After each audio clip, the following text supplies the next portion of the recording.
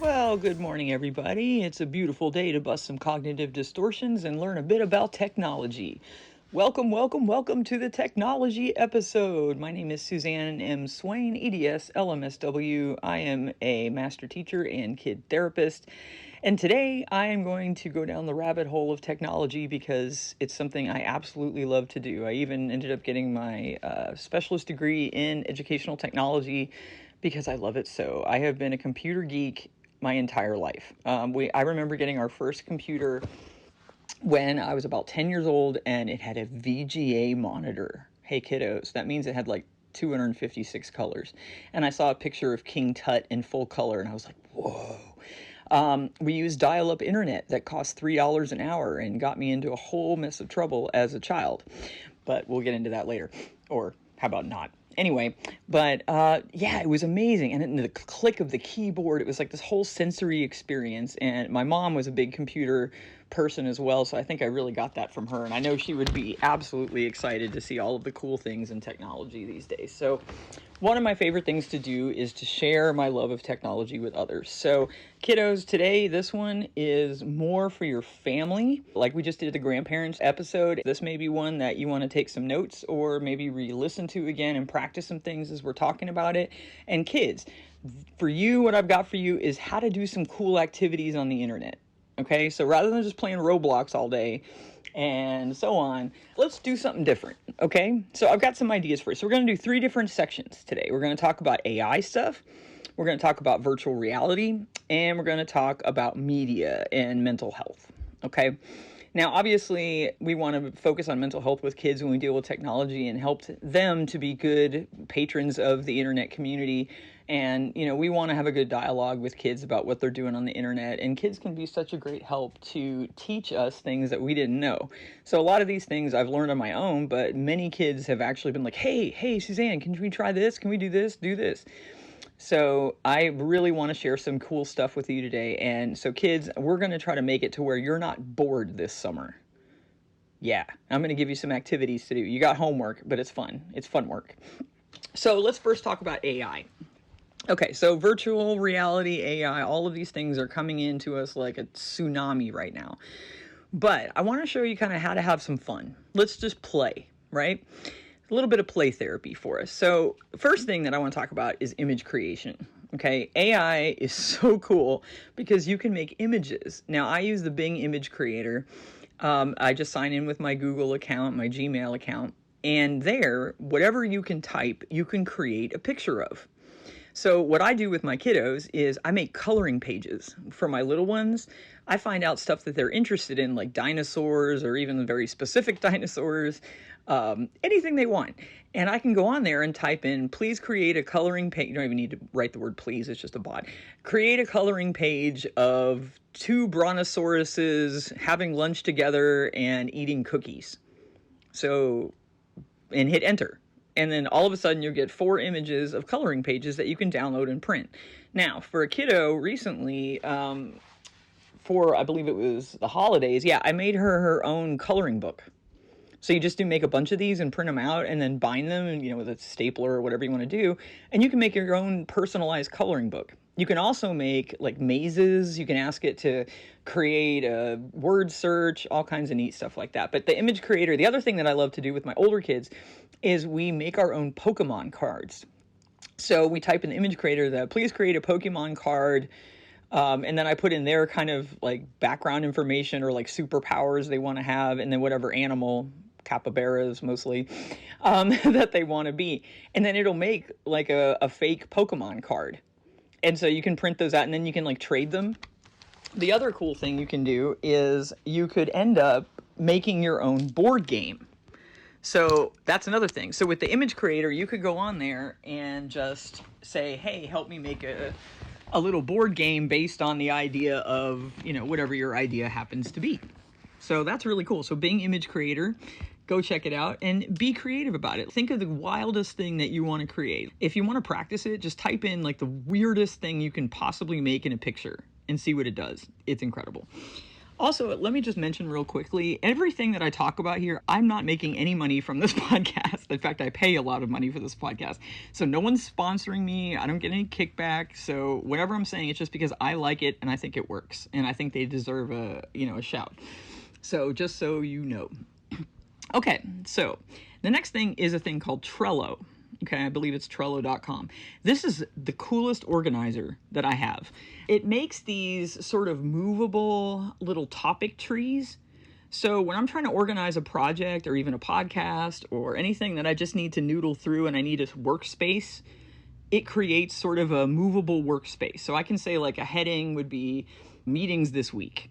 Okay, and then underneath that I could put the different people I want to meet and things, but then you can click on the individual little box it creates for that, bit of information, and you can drag it all over the place and reorganize things.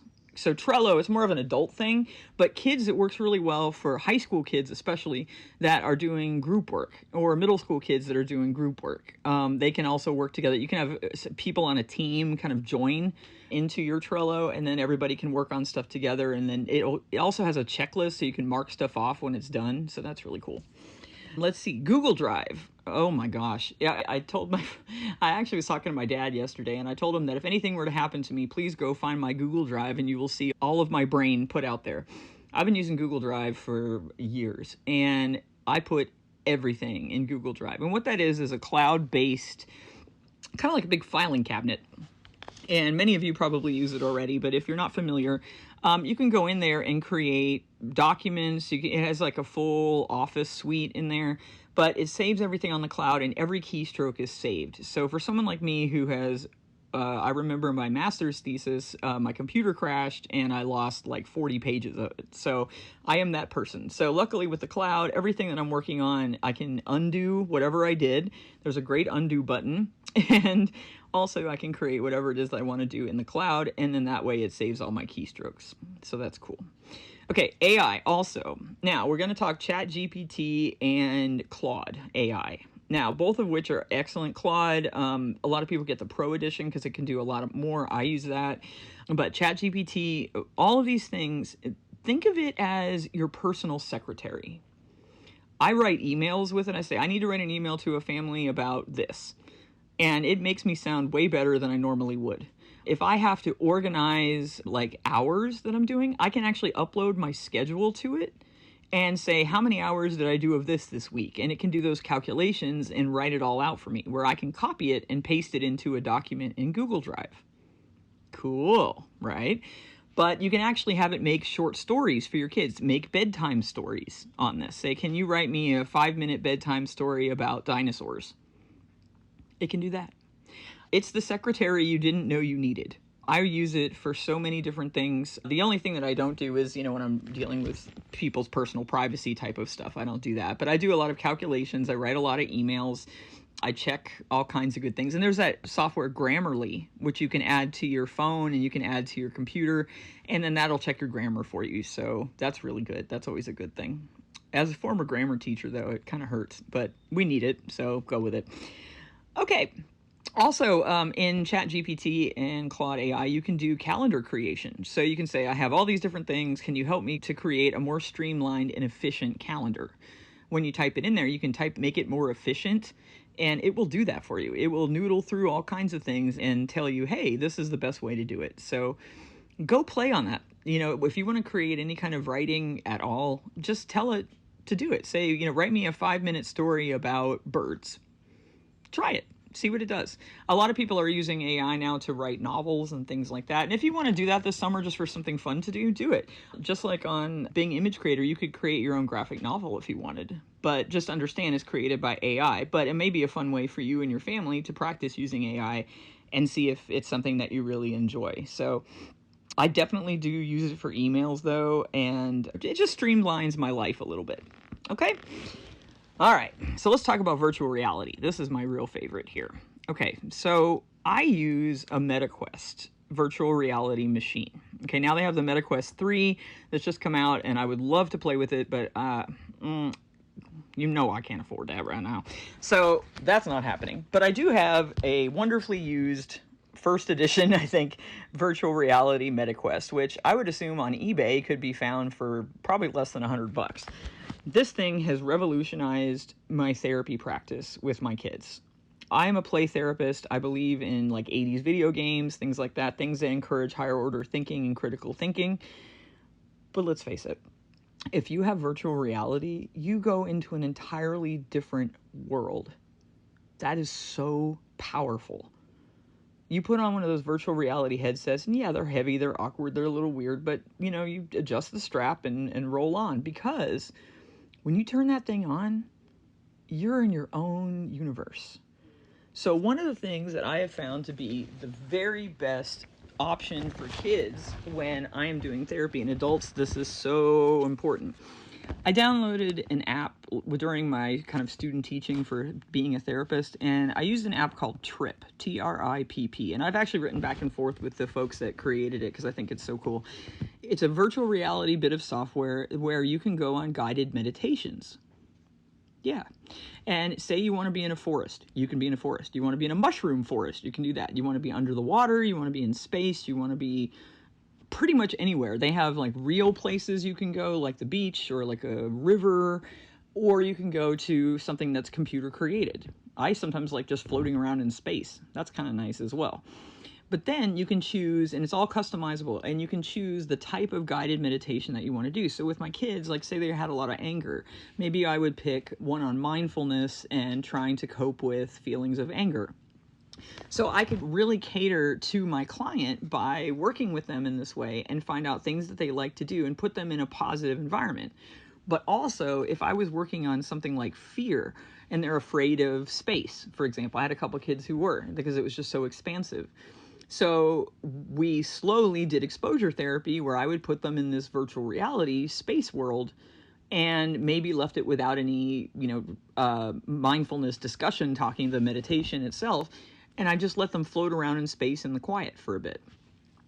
That's a good thing too. So Tripp is wonderful. It's like taking a vacation. I cannot tell you, this is like the only vacation I can afford is using my MetaQuest, and it is worth every bit of it, of our time. So also Nat Geo has a great app where you can actually go to the, if you want to go take a safari, go on safari. You want to go hang out with penguins? Yes, please. You can do that. You can travel the world. And here in this rural little area where I live, where kids barely, if they're lucky, they go to Nashville occasionally. They don't get to go anywhere. They can't afford to go on big vacations and Disney and all this kind of stuff.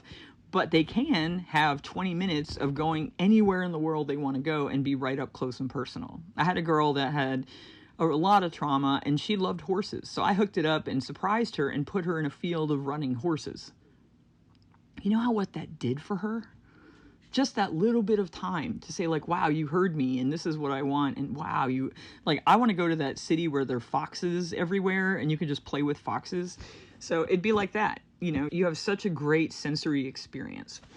So let's talk games. Okay. Then I usually will have them do a meditation, and then we will play a game. Now, if they're actively angry or just really hyperactive, the games go first, then the meditation afterward. So some of my favorite games that the kids love, this is their polling, that this is what they said. So number one, they love a game called Thrill of the Fight, which I agree is great, especially for angry kids and ADHD. This is a boxing game. It's very realistic, not real bloody, really. It's kind of, cheesy looking that way, but you can box with someone. And so I think for female empowerment, I had a little girl who was, kind of shy and everything, and I put her on that, and boy, girl, she'd be fierce. So my anger kids, a lot of my boys, they love this. I have one boy that used to come in and he would just be like, Suzanne, I want to talk, but give me a minute. He'd grab the VR headset, pop it on, play one round of the boxing tournament, and then he'd be like, okay, now I can talk. Like, wow, talk about self-awareness, right? So Thrill of the Fight boxing game is great. I love Tetris VR because it's like giant Tetris, like a giant wall of Tetris. It's so cool. Then we also have, virtual storybooks. There are lots of those. Those are really neat. I did one that was like Alice in Wonderland, and you fall down the rabbit hole with Alice. Oh my gosh, so cool. Fruit Ninja. Absolutely love some Fruit Ninja. I love Fruit Ninja. I put it on Zen mode. And you get these two swords, and they just throw fruit in front of you, and you just slice them. But it has like that gushy sound, and you can hear like the blade go through it. It's really, really cool. So Fruit Ninja, I love watching Netflix on there because they put you in this cozy like Colorado house, like in the snow, and then you're watching TV. It's very cool. Dogs VR. Can't get a pet? Well, you can get Dogs VR, and it's just you play with dogs. Look at that. There's one that I love where you are at a pottery wheel. I went to art school and I took a lot of pottery, so I love doing that. It's very zen, where you can create your own pottery, which is nice. So you just sit at a pottery wheel. So much less messy.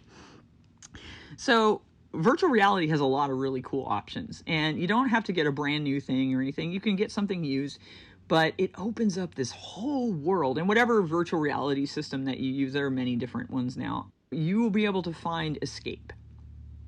When can you get escape these days? Seriously, if you can just give yourself an hour a week of playing on this thing, I think it can do a lot of good. I also have a golf game on there where I can play just about any golf. Not that I'm good at it. I'm more of a mini golf person, but you can play golf. Beat Saber is really, really fun because you're slicing boxes to like techno music. So if you're a little more active and you want to step up from Fruit Ninja, you can go to Beat Saber. There's also a really cool tennis game where it's like racquetball kind of actually.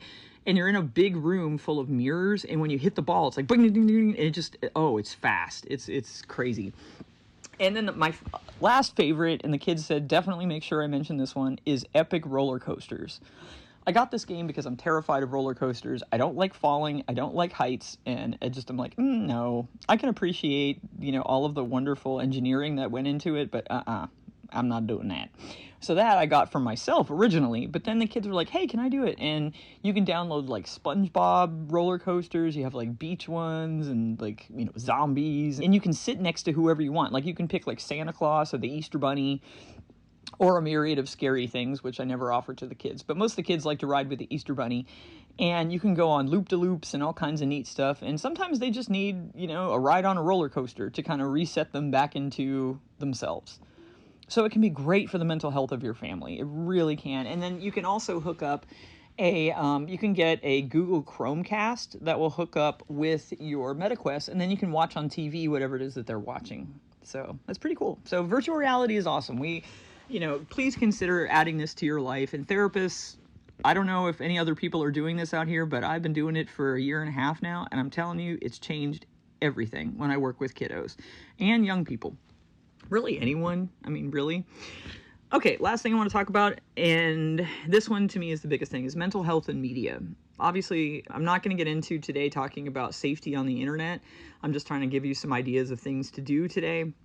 But of course, we always want to monitor, as I said before, what our kids are doing on the internet. But, all right, I want to talk music. Music is what feelings sound like. So everybody loves music. So music gets the mental health award for the day. And, the Pandora app. Make your own radio station. Come on. Put in like 10 or 15 artists you really like, and lo and behold, you have your own radio station. I have one that I play for my kids, and I've added certain people like, maybe Tracy Chapman or Sean Colvin or Sting or mellow type of music, Enya. And I play that for the kids, and they love it. Sometimes I'll play like 40s music and do kind of like Rat Pack kind of thing. And the kids love that too. So, create your own little radio stations for various moods that you have. You can make as many as you want. And they have a pro account as well, but I think I just have a free one, and it works great. Spotify, you can make playlists as well and share them with your friends and things like that. So Spotify is an app, and it's also a website. And you can go on there and just search for whatever song or artist that you want. I wanted this club mix of Sweet Caroline that's come out, and I'm like, I cannot get enough of it. So I made a Spotify playlist for Middle School Mary Poppins for this podcast. So if you want to go to my website, it's msmarypoppins.com. I have a page on there for the playlist. It's all 80s and goofy and just a bunch of silly stuff, 80s, 90s kind of thing. But you can also go on Spotify and look up Middle School Mary Poppins, and you'll see it there. And you can add that playlist and check out some cool 80s and 90s music.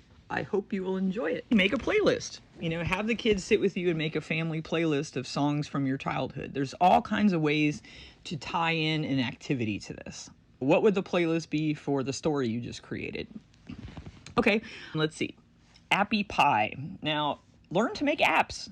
There are little apps out there where you can make your own app, like a game or something like that, and even sell it. So this summer, if you're bored, kids, go make your own app. Codingforkids.org. You can do it. Also, the last thing that I want to mention is that, I don't know if you know this, but AI can make movies. Now, there are multiple movie places out there on the internet. Just look up AI movie creator, and there you will be able to make your own AI movie. Yeah, you can upload pictures and it'll pull like stock imagery, and you can just do a little write-up of what you want to make your movie about, and boom, you're a filmmaker. How is it possible that you can be bored this summer? And so if you have that kid at home that's like, I don't have anything to do, I'm bored, there's nothing to do, play this podcast and be like, hey, pick one. Let's do it. And I realize the virtual reality thing requires the machine, but I think I gave you some ideas of other things that you can do with AI just on the web. So give it a shot. And families, Google Drive your life. Use some Trello. Let ChatGPT help to organize your family schedule a little bit better. You can live better and more efficient, thus happier, and you can spend more time with your family. And isn't that what it's all about? All right, y'all, this was a bit of a longer one than I wanted it to be, but I'm so excited to share this technology with you. Keep on keeping on, explore, explore, explore, and always, always stay clever little foxes. Thank you so much for your time today, and go play on the internet. See ya.